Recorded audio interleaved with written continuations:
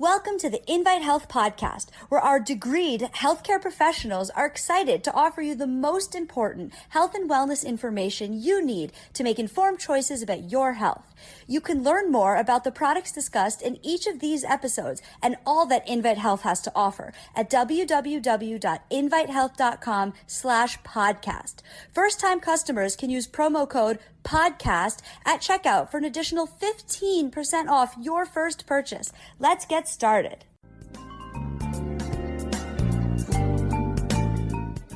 Today I want to get into the facts and fiction when it comes to vitamin D.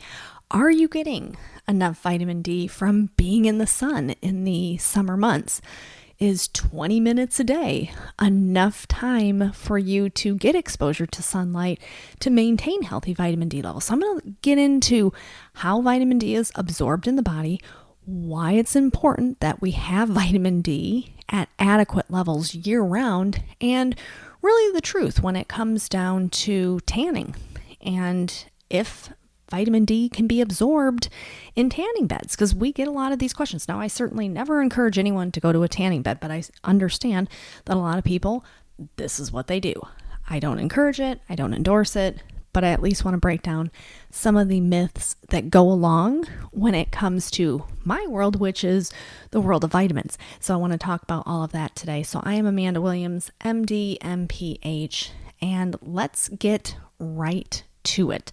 Let's talk about vitamin D and why vitamin D is so critical to our existence. I mean, certainly we can look at vitamin D not just for bone health. I mean, for years and years and years, that's what people would correlate vitamin D with. Oh, are you drinking, milk that's fortified with vitamin D for your bones? We know that vitamin D is technically working more like a hormone in the body than it is a vitamin. So it's a fat-soluble vitamin, but it plays a very, very specific role when it comes to our heart health, when it comes to our brain health, obviously when it comes to bone health, but also when we look at the role that it's playing when it comes to our immune system, which is why even now with this pandemic, we certainly are seeing studies out there showing that low serum levels of vitamin D have been associated with more severe infections. Now, there's usually multiple factors that also lead into that. It's like, yes, low vitamin D along with, chronic disease states that maybe are not well controlled. There's a lot of different factors. But vitamin D itself is technically, it's a steroid hormone. And we generally obtain it either through dietary intake, supplementation, or by photo exposure.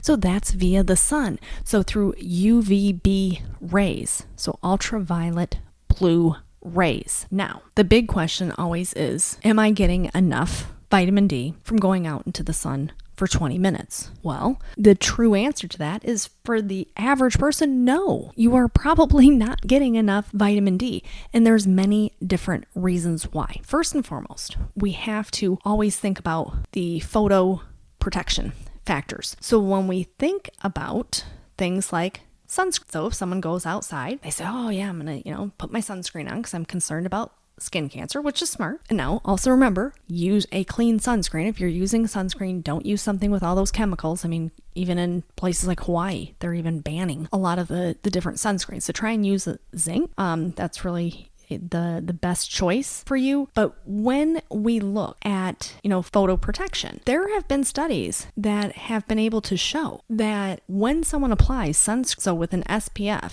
that this suppresses the body's ability to actually absorb vitamin D coming from the sun. So this is, many times people will say to me, because I'm here in Florida, and they'll be real tan and they come in, they say, oh, I know I have great vitamin D levels, and then they go and they get their serum blood levels done, and it comes back and it's like, oh, you're insufficient. You may not be deficient, but you're insufficient. And they go, how is that possible? I'm in the sun all the time. Well, because you're using a photo protection. So you're using SPF, and that SPF is blocking the body's ability. Now, say for example, someone just says, you know what, I was just, going to go for for a quick walk around the park or the neighborhood, go walk down the beach for, a half an hour, and I didn't apply sunscreen. Is that exposure enough? Once again, this very much so depends, because remember, we are dealing with a fat-soluble vitamin. So the way that the body has to intake this and process it through the liver and through the kidneys can take a significant amount of time. So say, for example, someone gets vitamin D,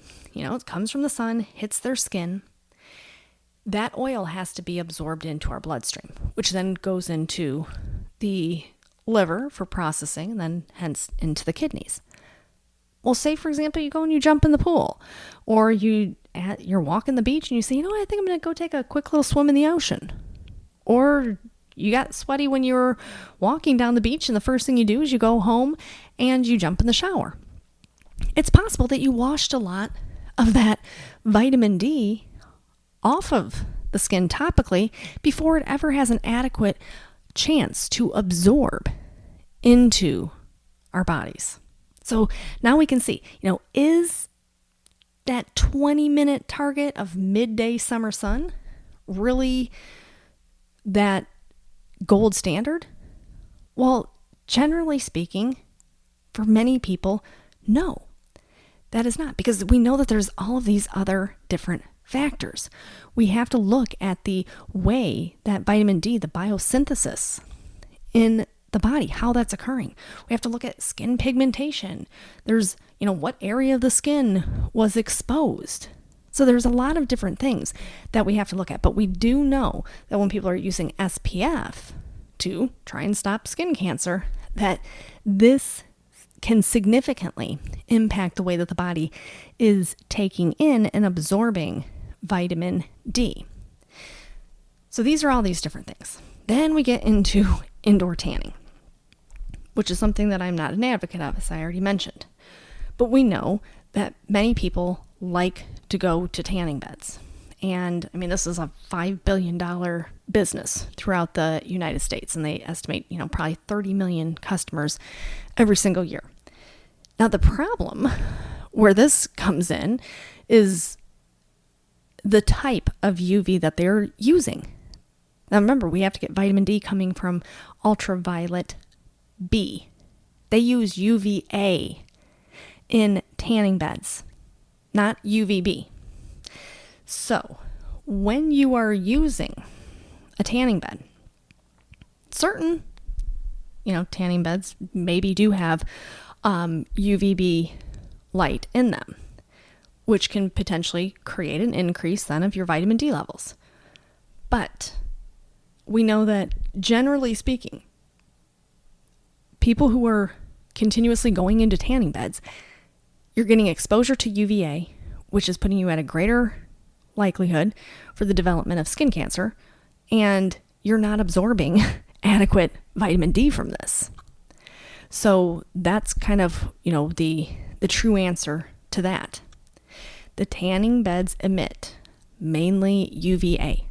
We need to have UVB to make vitamin D. So these are the things that are important. So dietary intake of vitamin D, usually not that good.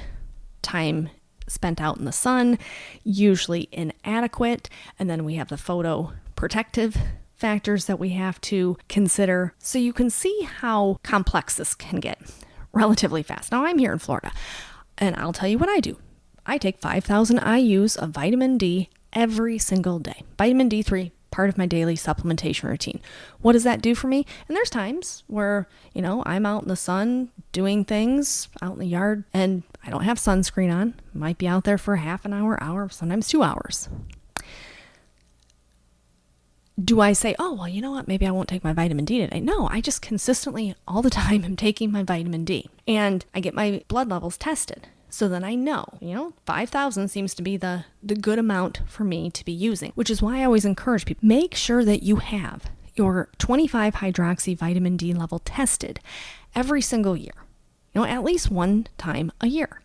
And then start supplementing with vitamin D. Maybe you start with 2,000, 3,000 IUs per day. Then maybe 6 months later, have that level tested. Let's see where that lands. Ideally, you want your serum blood level to come back between 50 and 75 If it's below 50, then you can say to yourself, okay, I must need to have a higher amount of vitamin D. Maybe I need to increase this by 1,000 IUs per day, maybe 2,000 IUs per day. I need more.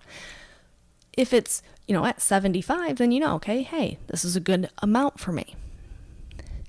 This is how you can base this. But we know that at the end of the day, we have to make sure that we are being safe in the sun. So, I understand a lot of people like to have that healthy glow, but think about different ways that the skin can derive healthy glows. Think about the different carotenoids, so taking the Reds HX during the summer months, very, very beneficial.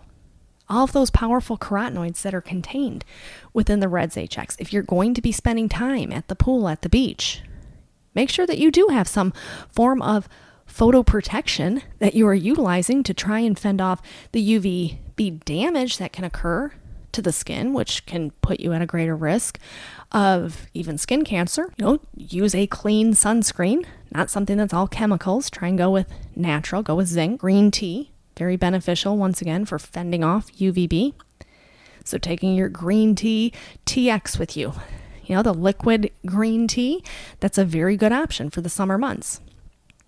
And if you are making that choice to go to a tanning bed, just don't try to fool yourself and think, I'm going to the tanning bed, I have good vitamin D levels. No, you likely do not. And we can see studies.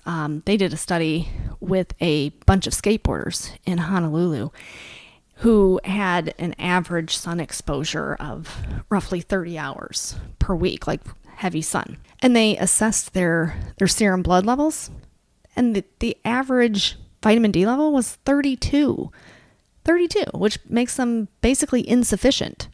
And you sit there and go, well, how is that possible? Because of the photo protection. So they were applying SPF. So they were trying to protect themselves from skin cancer. But in doing that, the body isn't able to absorb the vitamin D.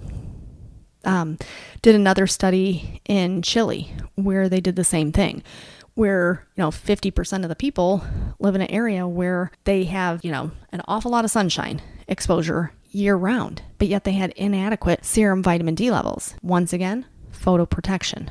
So when we're applying SPF to protect against skin cancer, that's a positive, but the negative is we are not getting adequate vitamin D intake from that. So keep that in mind the next time you head out to the beach, or if you are making that choice to go to a tanning bed, which I encourage you not to do.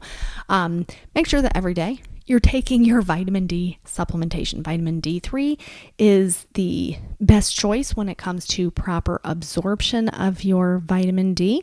And that is all that I have for you for today. Remember, you can find all of our podcasts wherever you listen to podcasts or by visiting invitehealth.com/podcast. Now, do make sure that you subscribe and you leave us a review. You can follow us on Facebook, Twitter, and Instagram, and we will see you next time for another episode of the Invite Health Podcast.